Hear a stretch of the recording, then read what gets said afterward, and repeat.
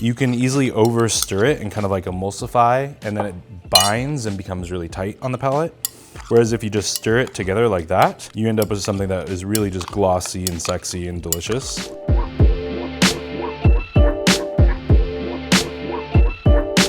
Hi, my name is Brian Bornemann, and I'm the chef and co-owner of Crudo y Nudo in Santa Monica. And the goal really was to provide something that we didn't see in the market. We wanted to serve only local, sustainable wild capture and aquaculture fish, mostly raw, and just provide it in a different way that was true to the ingredient and also just really highlighted what was local and right near us and right in our front yard. So today we're gonna be making one of our classics. It's a tuna tartare toast. This is something we came up with after the first couple pop-ups for Crudo y Nudo in 2020. And tuna is coming to a close locally. It's the end of the local bluefin season. We got this beautiful bluefin from our friend Stephanie out of San Clemente Island. And it's a gorgeous fish, fatty, delicious, and just perfect for this toast. We really like to highlight the sweetness of tuna. And so a lot of the choices that we're making today are gonna highlight what makes tuna so sweet and unctuous rather than metallic or briny or sanguine. So we're just gonna get started with two of the recipes that help augment that sweetness and really bring out that sweet, mellow, beautiful flavor that the local bluefin has. So we like to do an onion confit, and we call it a confit because it's not caramelized onions and they are slowly cooked in olive oil. So we just cut them into kind of a large dice, add bay leaves and olive oil, and then just sweat them over low heat for 3 hours.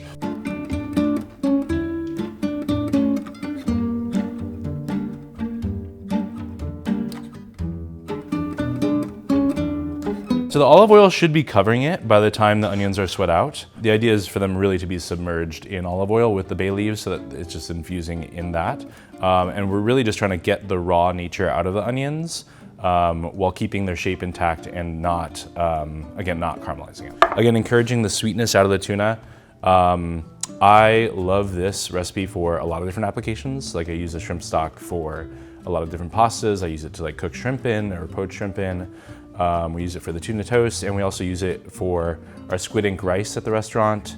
Shrimp stock kind of became our secret weapon, if you will.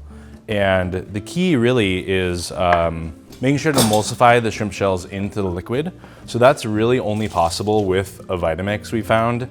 We've tried other blenders and other methods, but the Vitamix really is the only thing that works properly.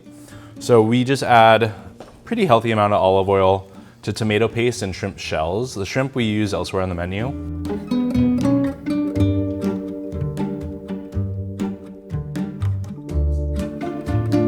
And so we like to just toast them with the tomato paste until the tomato paste is fully cooked and you're starting to get some aroma. The olive oil here really not only helps to toast the shrimp shells and the tomato paste, but also when we go to blend it in the Vitamix, that oil is carrying those the pigments from the shrimp shells into the water as we emulsify it. And that's what the Vitamix does so well, is emulsify fat into liquid.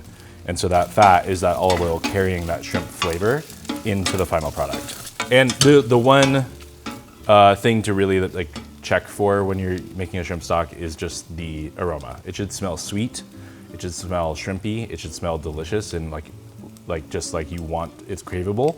If it ever smells slightly like ammonia or dirty socks, the shrimp shells are no good. So we're just gonna cover that and let that simmer, ideally 20 minutes. You're just trying to capture, you want it covered so that all the aroma stays inside and goes back down into the pot. And then when we go to blend, we'll see how that works. We found that the perfect mix for our tuna toast, and I hope some of these lessons are just helpful in general, is about 40% small diced tuna. And then we really like to scrape the bottom of the tuna. So here you have what we call a kami, or the loin. And then we have the bottom of the belly here. This is the end of the toro. And so this is fattier, but it's also got a lot more sinew in it. And both of these came off the same fish that we got in this Wednesday. And so we're just gonna do a mixture of the two so you get kind of a really unctuous mouthfeel, and it's not just a poke on top of toast. So for the scraped tuna, you'll notice that there's lines of sinew going in one direction. But you just wanna take a spoon here, and you just wanna pull with the spoon in the direction that the sinew is going.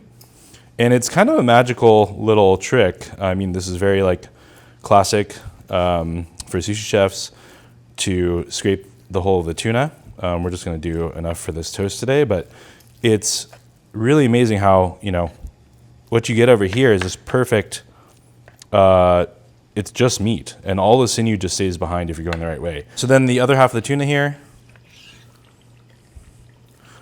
I'd just like to take a sharp knife and just cut into small squares.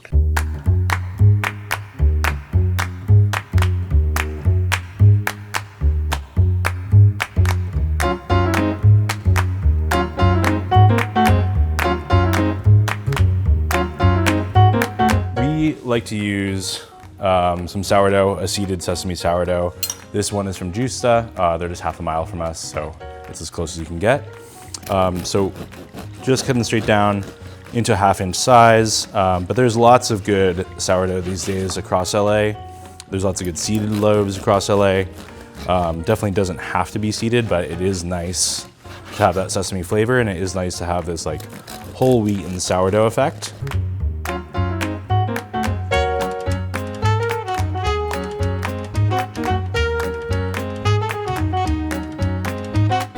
So the key is you gotta blend it while it's hot.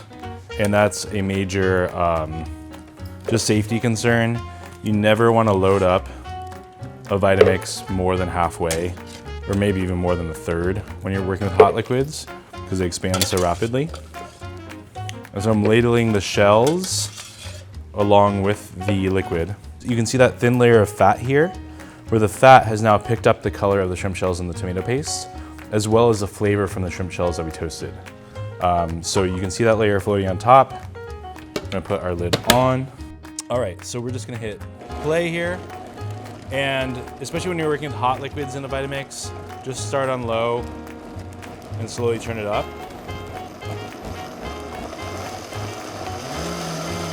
But you really only get the emulsification of the fat into the liquid when you get all the way to high.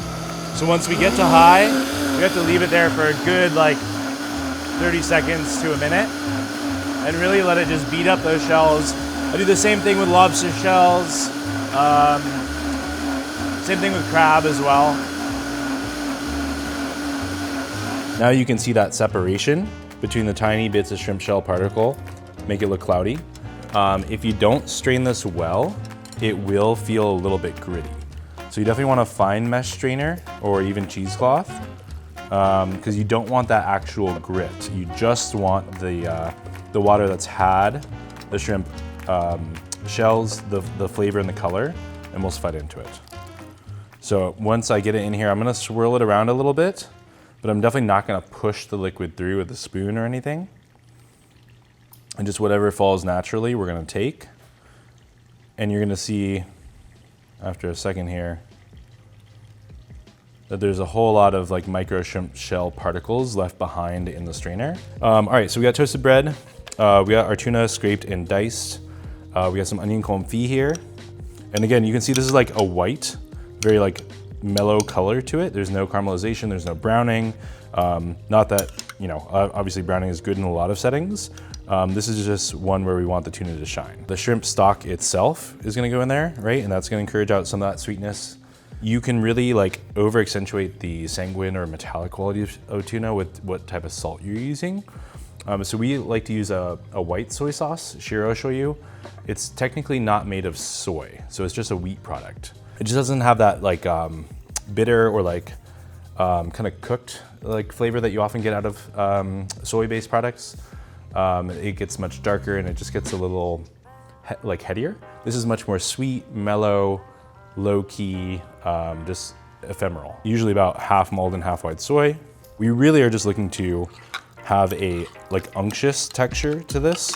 You can easily over stir it and kind of like emulsify, and then it binds and becomes really tight on the palate. Whereas if you just stir it together like that, you end up with something that is really just glossy and sexy and delicious.